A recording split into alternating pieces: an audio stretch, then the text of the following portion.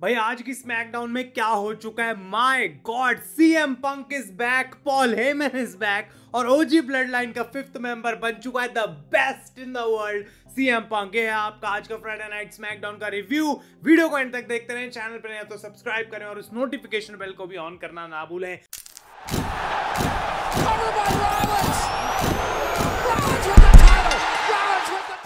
तो गाइस मैं हूं आयुष और आप देख रहे हैं wrestle India. Oh my God भाई, जो कहते हैं ना सुबह उठ के कोई एकदम से सपना पूरा हो जाए या फिर कुछ ऐसा हो जाए कि बस मजा आ जाए, दिन बन जाए आपका, वो हुआ आज फ्राइडे नाइट स्मैकडाउन के अंदर। अनबिलीवेबल शो था। पहली बार कोडी रोड्स इतने टाइम में इतने बढ़िया लग रहे हैं as the WWE champion. Finally एक ऐसी उनकी खुद की स्टोर लाइन भी आ चुकी है। तो स्टार्ट करते हैं सीधा इस शो को। सोलो सिकोआ जो कि रिंग के अंदर आते हैं और बोलते हैं कि हमारी ब्लड लाइन तो अब पूरी रेडी हो चुकी है to fight for war games, लेकिन अगर कोई रेडी नहीं है तो वो है रोमन रेंस की ब्लड लाइन। और वो कहते हैं कि मैं चाहता हूं कि आज रोमन रेंस अपना टाइम ले। अभी तो वो अरीना में आया भी नहीं है, लेकिन जब वो आएगा तो वो रिंग के अंदर आए और मेरी टर्म्स ऑफ सरेंडर को एक्सेप्ट करे और फिर मुझे एक्नॉलेज भी करे। यानी कि उनको ऐसा लगता है कि अगर वो फिफ्थ मेंबर ढूंढ नहीं सकते तो ओजी ब्लड लाइन को सरेंडर कर देना चाहिए, वॉर गेम्स मैच में लड़ना ही नहीं चाहिए और रोमन रेंस को आके सोलो को एक्नॉलेज कर देना चाहिए। तो एक छोटा सा प्रोमो था, यहाँ पे ये सेगमेंट खत्म हो जाती है। लेकिन जो एंड में देखने को मिला ऑब्वियसली उसके बारे में हम बात करेंगे गाइस। इसके बाद यूएस टाइटल का क्वालिफायर मैच हुआ विमेंस का, जहां पे चेल्सी ग्रीन लड़ रही थी against Bianca Belair and Blair Davenport. और यहाँ पे एक ऐसा क्राइम सीन दिखाया गया हमें मैच के बीच में कि जेड कारगिल एक गाड़ी के बिल्कुल हुड के ऊपर है और शीशा टूटा हुआ है और वो ऐसा लग रहा है कि वहां पे बस पस्त हैं, कोई उनकी मूवमेंट नहीं है बॉडी की। और बियांका को मैच के बीच में छोड़ के ऑब्वियसली पीछे जाना पड़ा भाग के। उनको चुनना था कि मैं अपनी इंडिविजुअली यहाँ पे सोचूं या फिर मैं अपनी पार्टनर के लिए पीछे भागूं। तो वो जेड कारगिल के पास चली जाती हैं और इस पूरी चीज का फायदा ऑब्वियसली उसको मिला जिसको सबसे ज्यादा मिलना भी चाहिए था, और वो है Chelsea green. Because Chelsea green ने ब्लेयर डेवनपोर्ट को पिन करके इस मैच को जीत लिया है और अब बेली के अगेंस्ट उनका मैच होने वाला है सेमीफाइनल्स के अंदर। अनबिलीवेबल तरीके से और बहुत अच्छे क्लेवर तरीके से यहाँ पे बियांका को इस मैच से बाहर करा गया और चेल्सी ग्रीन यहाँ पे विक्ट्री भी हासिल कर चुकी हैं। और अब निक ऑल्डिस नया जैक से पूछ रहे थे, अलग अलग जगह पता करने की कोशिश कर रहे थे कि आखिर ये अटैक जेड कारगिल पे किया किसने है, बट अभी तक वो पता नहीं लगा। और बियांका बेलेयर बैठ के एम्बुलेंस में चली जाती है हॉस्पिटल। तो काइंड ऑफ ये हिंट शायद हो सकता है कि जेड कारगिल अब कंपीट नहीं करने वाली वॉर गेम्स में और मे बी उनकी जगह कोई रिटर्न हमें देखने को उस पॉइंट पे देखने को मिल सकता है गाइस। इसके बाद यूनाइटेड स्टेट्स चैंपियनशिप का मैच होने वाला था एले नाइट और सैंटोस एस्कोबार के बीच में, लेकिन मैच शुरू होने से पहले ही एक प्रोमो एयर होना स्टार्ट हो जाता है स्क्रीन पे। और वो था यहाँ पे नाकामुरा का प्रोमो, जहाँ पे वो बात कर रहे हैं किस तरीके से इतने टाइम से वो एले नाइट को ऑब्जर्व कर रहे हैं और अब उनको ऐसा लगता है कि एले नाइट से ज्यादा तो नाकामुरा एले नाइट को जान चुके हैं। वो कहते हैं कि देख अब एले नाइट का टाइम खत्म होने वाला है and this is the beginning of the end for LA night. तो ये प्रोमो खत्म होता है, सैंटोस एस्कोबार इसका फायदा उठा लेते हैं, अटैक करना स्टार्ट करते हैं, मैच शुरू होता है और काफी अच्छा मैच इन दोनों के बीच में आज देखने को मिला। बैक एंड फोर्थ मैच था, लेकिन एक बार फिर से मैच के बीच में नाकामुरा स्टेज पे आके खड़े हो जाते हैं, जो कि एक डिस्ट्रैक्शन की तरह काम करता है एले नाइट के लिए। और जबकि एस्कोबार के पास मौका था तब भी वो उस चीज का फायदा नहीं उठा पाए और उनके फिनिशर को रिवर्स करके एक बीएफटी लगता है, जहां पे एले नाइट पिन कर देते हैं एस्कोबार को to retain the United States championship. लेकिन उसके बाद दोबारा एक बार फिर से नाकामुरा आके अटैक कर देते हैं एले नाइट को बुरे तरीके से आज, और बहुत ही अच्छा तरीके से इसको भी बिल्ड करा जा रहा है because Nakamura out of nowhere आ गए हैं और एले नाइट का एक ऐसा चैलेंजर अब बनाया जा रहा है जो इतने टाइम में एक सीरियस चैलेंजर लग रहा है जो एक्चुअली में उनको हरा भी सकता है। तो ये चीज गाइस मुझे बहुत ही ज्यादा आज बढ़िया लगी। इसके बाद केविन ओवेंस और कोडी रोड्स की ये एब्सोल्युटली कमाल की सेगमेंट, जिसमें ऑब्वियसली मुझे अपने नोट्स पढ़ने पड़ेंगे, लेकिन क्या जबरदस्त मजेदार सेगमेंट थी भाई। लेकिन निक ऑल्डिस पहले ही यहाँ पे बोल चुके होते हैं कोडी रोड्स को बैक स्टेज की केविन कहीं दिख नहीं रहा है, तो मुझे नहीं पता वो आया भी है या फिर नहीं। तो कोडी रोड्स आते हैं और वो आज अपने सूट में नहीं थे, इसकी रेफरेंस व्यूज की बात करते हैं, लेकिन वो केविन ओवेंस को कॉल आउट करते हैं। तो केविन ओवेंस की आवाज तो आती है और वो क्राउड के थ्रू आके कहीं खड़े हो जाते हैं पोडियम पे, जो कि काफी दूर था ऑब्वियसली कोडी रोड से। और यहाँ पे वो बोलते हैं कि सिर्फ मुझे इसलिए स्मैकडाउन में बुलाया गया because the great Cody Rhodes wants Kevin Owens on Friday night SmackDown, इस वजह से मैं यहाँ पे आ गया।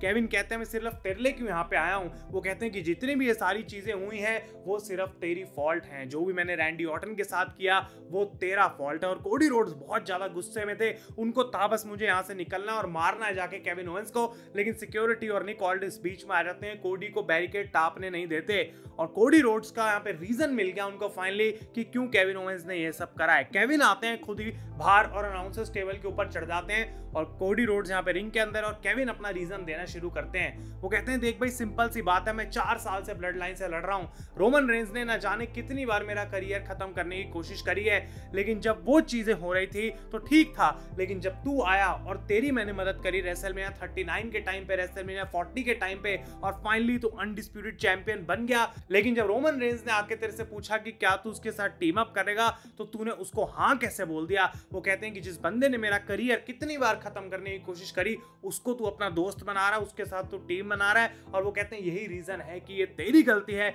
जो एक्शंस मैंने लिए वो मैंने लिए। तो कोडी रोड्स माइक में बहुत गुस्से में एक बार फिर से बोलते हैं कि भाई अगर तेरे को ऐसा लगता है कि मेरे रोमन रेंज की टीम करने की वजह से तूने रैंडी ऑर्टन को मारा, तो ये विक्टिम माइंडसेट है जो हमेशा केविन ओवेंस खेलता है, और इस विक्टिम माइंडसेट को तू अपने दिमाग से बाहर निकाल, बिकॉज हमेशा तू ऑब्सेस्ड है कि तुझे नंबर 1 होना चाहिए। वो कहते हैं तू हमेशा बनना चाहता है the best of the best, लेकिन तेरे को ये बात शुरू से समझ नहीं आती कि ये सारा बेस्ट बनने का जो प्रोसेस है वो टीम वर्क से ही स्टार्ट होता है।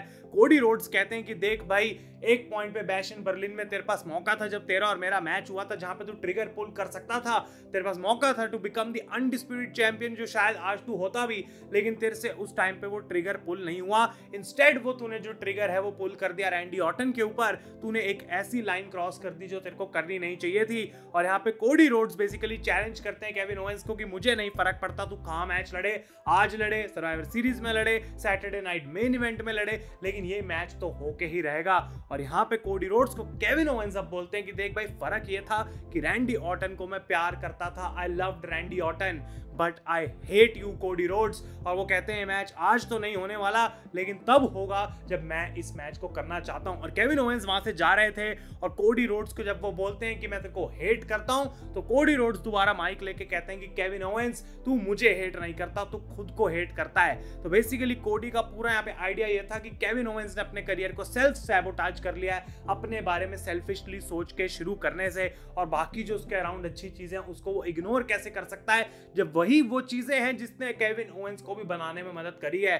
और कोडी रोड्स यहाँ पे कहते हैं कि अगर तेरे को ऐसा लगता है कि तूने वो लाइन को क्रॉस कर लिया है और तू कोई भी लाइन क्रॉस कर लेगा मेरे अगेंस्ट, तो मैं भी इस बार पीछे नहीं हटूंगा, I will cross any line. और वो कहते हैं कि तू मुझे हेट नहीं करता, Kevin Owens hates Kevin Owens. Unbelievable भाई, एक बार जहां पे तारीफ करने की जरूरत है वहां तारीफ होनी भी चाहिए। और कोडी रोड्स और केविन ओवेंस के सेगमेंट बहुत बढ़िया थी। आई डोंट थिंक ये मैच सर्वाइवर सीरीज में हो रहा है, नहीं तो आज ऑफिशियल कर दिया जाता, probably Saturday night main event के लिए बचाया जाएगा, और ये दोनों लड़ेंगे ही नहीं इस पेपर व्यू में। वो थोड़ा सा अजीब है अगर हम उसको वैसे सोचें, लेकिन डेफिनेटली एक काफी कमाल की ये सेगमेंट थी। इसके बाद बैकस्टेज भी कोडी रोड्स होते हैं, तो गुस्सा उनका आज खत्म नहीं हो रहा था। ये चीज बढ़िया लगी उनके कैरेक्टर के बारे में। अभी भी ये बंदा बेबी फेस है, लेकिन कार्मेलो हेज वहां पे आ जाते हैं और वो कहते हैं चलो फाइनली समय आ गया कि कोडी रोड्स को कोई सच तो बता रहा है, और वो धक्का मार देते हैं कार्मेलो हेज को।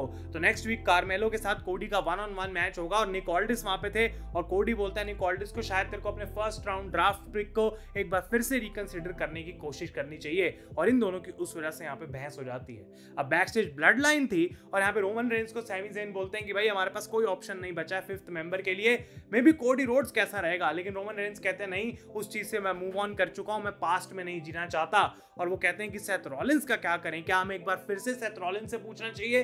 तो रोमन रेंज का एक्सप्रेशन ही काफी था। तो इस पॉइंट पे रोमन रेंज ने बोला कि भाई देखो, हमें कोई 5th मेंबर की जरूरत ही क्या है, हम 4 ही काफी हैं, हम इस चीज को हैंडल कर सकते हैं। और कोडी रोड्स और सेथ रॉलिंस दोनों नामों को पूरे तरीके से रिजेक्ट कर दिया गया था इस पॉइंट पे रोमन रेंज की तरफ से। इसके बाद नाओमी और बेली टीम अप कर रहे थे टू फाइट कैंडिस लेरे एंड टिफनी स्ट्रैटन।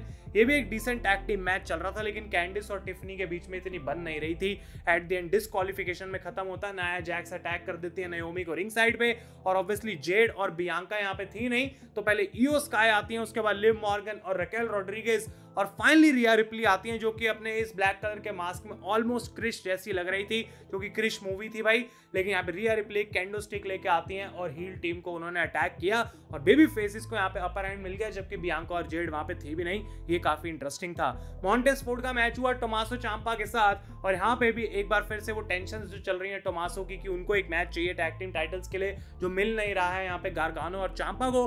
लेकिन इस मैच में भी वो काफी क्लोज आ गए थे, एक नी मारी उन्होंने बहुत ही तगड़ी, सीधा नाक पे लगी वो मॉन्टेज फोर्ड की, लेकिन उसके बावजूद वो रोल अप होके पिन हो गए यहाँ पे, तो उस बात से वो खुश नहीं थे। मैच के बाद वो अटैक करना स्टार्ट करते हैं यहाँ पे मॉन्टेज फोर्ड के ऊपर, लेकिन गारगानो वहां पे आते हैं, उनको दोबारा धक्का पड़ता है और finally motor city machine guns जब आते हैं बाहर तो टोमासो चांपा वहां से चले जाते हैं। तो इंटरेस्टिंग रहेगा देखना कि किस तरीके से गारगानो और चांपा के डायनामिक्स काम करेंगे टैग टीम के, लेकिन अभी तक तो ऐसा लग रहा है कि कोई इनके बीच में इंप्रूवमेंट नहीं हो रही। और फाइनली जिस सेगमेंट के बारे में मैं बात करने के लिए तरस रहा था इतने टाइम से, वो है मेन इवेंट की सेगमेंट, बिकॉज दोबारा यहाँ पे न्यू ब्लड लाइन आती है रिंग के अंदर और सोलो सिकोआ यहाँ पे इन्वाइट करते हैं। रोमन रेंस की ब्लड लाइन आती है बाहर, ओजी ब्लड लाइन रिंग के अंदर, और यहाँ पे सोलो सिकोआ बोलते हैं कि देखो भाई सिंपल सी बात है, तुम्हें कोई बंदा मिल तो रहा नहीं है, तुम सरेंडर कर दो, तुम मेरी ब्लड लाइन को ज्वाइन कर लो, हम पूरी WWE को यहाँ पे जो है वो रूल करेंगे और आराम से हम जो है वो सारी चीजों को कंट्रोल कर सकते हैं, तुम्हें ज्यादा कोई सोचने की भी फिर जरूरत नहीं पड़ेगी, ना तुम्हारे पास फिफ्थ मैन है ना तुम्हारे पास वाइज मैन है,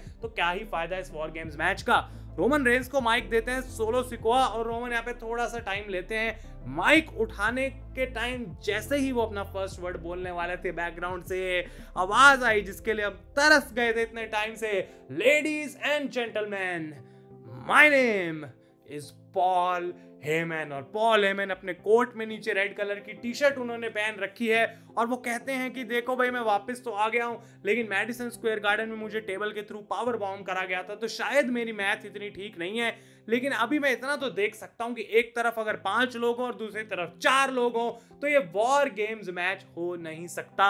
और यहाँ पे वो कहते हैं कि ये मैं तुम्हें जरूर बता दूं कि ये मैच 5 on 4 नहीं, ये मैच 5 on 5 होने वाला है। एंड ही इंट्रोड्यूसेस CM पंक, और भाई यहाँ पे पंक का म्यूजिक बजता है, वो आते हैं सीधा अपनी रिस्ट को टेप करते हुए और सीधा अटैक यहाँ पे सोलो सिकोआ के ऊपर। भाई गूज बम्स आ रहे थे और बुरे तरीके से यहाँ पे अटैक करा गया, उसके बाद डिस्ट्रॉय करा गया, ब्रॉन्सन रीड को बाहर फेंका गया। कमाल की मोमेंट देखने को मिली जहां टामा टोंगा लोअर रिंग के अंदर आते हैं और सेम टाइम पे रोमन रेंस स्पीयर और GTS लगाते हैं CM पंक दूसरी तरफ। तो कोऑर्डिनेशन ऐसा लग रहा है ऑलरेडी ट्यून्ड इन है, बिकॉज दोनों पॉल हेमन गाइस हैं। और फिर ये जो कैमरा एंगल देखने को मिला, एक तरफ रोमन खड़े हैं, CM पंक खड़े हैं, पॉल हेमन चढ़ के एप्रन पे आ जाते हैं बीच में इस शॉट के अंदर, एंड होली शिट, बिकॉज ये ही है वो WWE की मोमेंट्स जो हम देखने के लिए रोज इतने ज्यादा खुश होके भाई इसको एंजॉय करते हैं। CM पंक एक तरफ खड़े हैं, रोमन रेंस दूसरी तरफ खड़े हैं और उन्होंने OG ब्लड लाइन को ज्वाइन कर लिया। The wise man is back.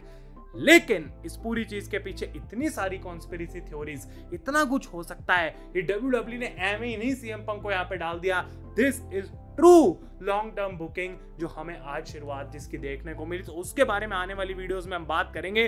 Podcast definitely मुझे लगता है कहीं ना कहीं तो आने वाला है आज, तो उसके लिए आप स्टे ट्यून्ड रहो गाइस। तब तक के लिए thank you so much for watching. ये रिव्यू अगर आपको अच्छा लगा हो तो लाइक बटन जरूर दबाएं और अपने ओपिनियन सारे मुझे जरूर दें कमेंट्स में। तब तक के लिए मैं हूं आयुष और आप देख रहे हैं रेसल इंडिया।